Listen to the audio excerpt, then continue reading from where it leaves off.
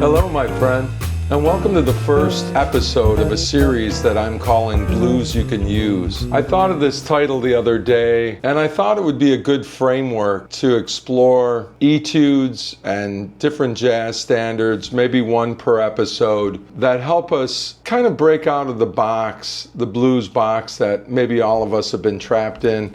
I think you're familiar with the box. It's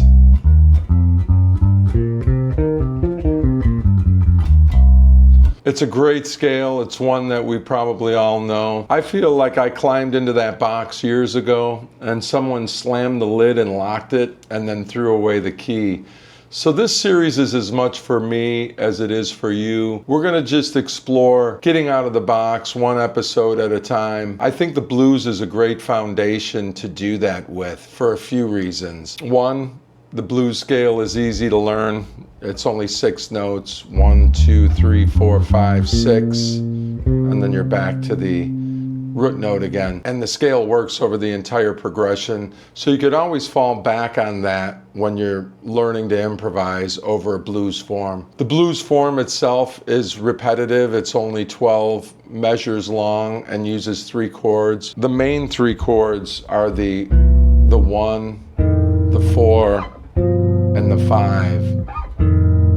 And those are found in all kinds of music, so it will give you a good foundation and build up your ear to learn other styles of music. It teaches rhythm and timing as well, because a lot of the blues phrases that we're going to learn in these etudes, they don't start on the 1, and they're not too fast either. There's just a lot of eighth notes and triplets. And it gives a very swinging feel without being overly complicated. Also, a lot of great musicians started by learning the blues. I mean, everybody from B.B. King to Jimi Hendrix to Miles Davis. So I think it's a great place to start. So welcome to this series, and let's just get into the first etude.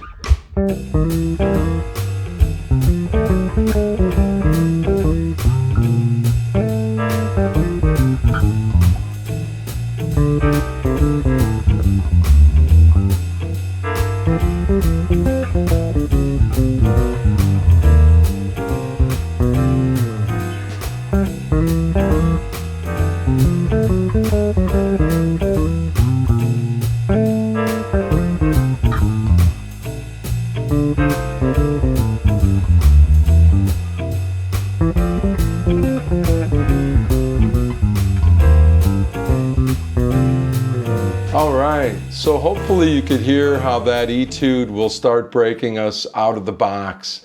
And it's doing it in a few different ways. One of the ways is liberal use of space in the phrasing, lots of rests. Don't be afraid to lay out a little bit. Number 2, it uses chromatic approach notes. You could approach chromatically with 1 note, with 2 notes, with 3 notes, with 4 notes, and you could do it from the other way as well.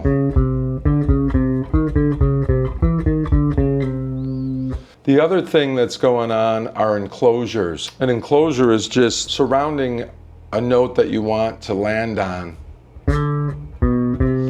with a note above and below. You could surround it with a few notes. I'm not going to go into the exhaustive list of enclosures, but do some analysis on this piece once you learn it and see if you could hear some of those enclosures. One of the other concepts that's breaking us out of the box here is that we're targeting chord tones. Even in the first measure over the C, we're just targeting the 5th and the 3rd of C. 1, 3, 5. So you got chord tone, chromatic approach to the 3rd. You kind of roll into that 3rd chromatically, and that's a safe move pretty much with any 3rd that you're playing if you want to. And then over the F, again, we're targeting chord tones. It's just an F triad, not in the root position. And then an enclosure to enclose, landing on this fifth again of C in the next measure. So you can see those concepts are at play. Lots of rest, targeting chord tones, approaching the tones chromatically, using enclosures to land on those tones.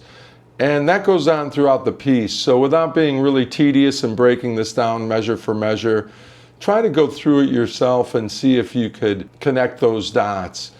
And another way that you could learn this is by singing it. It's a great way to internalize a piece of music. I'd say it's the best way, actually. And I would even go so far as to say that if you aren't singing it and you don't have it that internalized, that you don't really know the piece. Not that you have to have a pretty voice, but you know, if you just go through and ba ba ba da.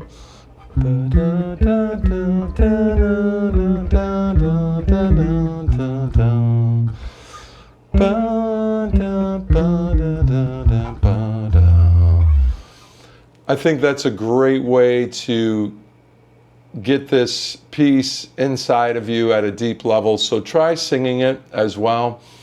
And if you'd like some deeper exploration of this one-on-one, I'd also encourage you to reach out to me. Maybe we could schedule some one-on-one lessons. I'll also put a link in the description for the PDF in case you want to dive into it measure by measure as well. So thank you so much for watching, and I think this is going to be a fun journey to take together, and I'm glad you're taking it with me.